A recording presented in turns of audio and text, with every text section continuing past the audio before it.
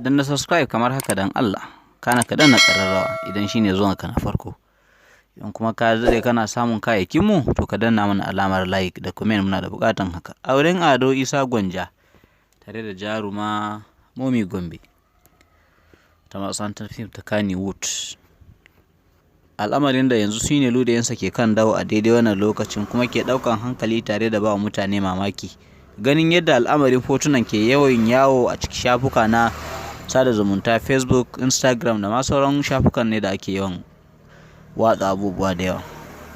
Wannan al'amarin shine abun da yanzu yake kuma ɗaukan hankali biyo bayan abubuwan da suka faru da shi mawaƙin tare da ita jaruma na wato ita Mome Gombe bisa nasarori da ta samu zuwa wannan lokaci.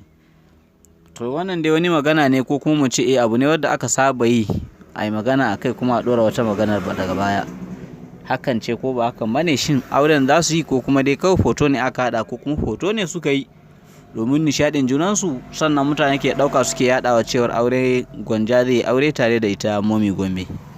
Tun bayan cewar sake matarsa da ya yi bayan rabo da suka yi da matarsa, to mutane kan ta bibiyan wasu abubuwa da suka shafi irin wannan al'amuran na kai tsaye, kuma ta ina wani lokaci ne kuma a ina ne wace ce wacce zai sake angwancewa da ita.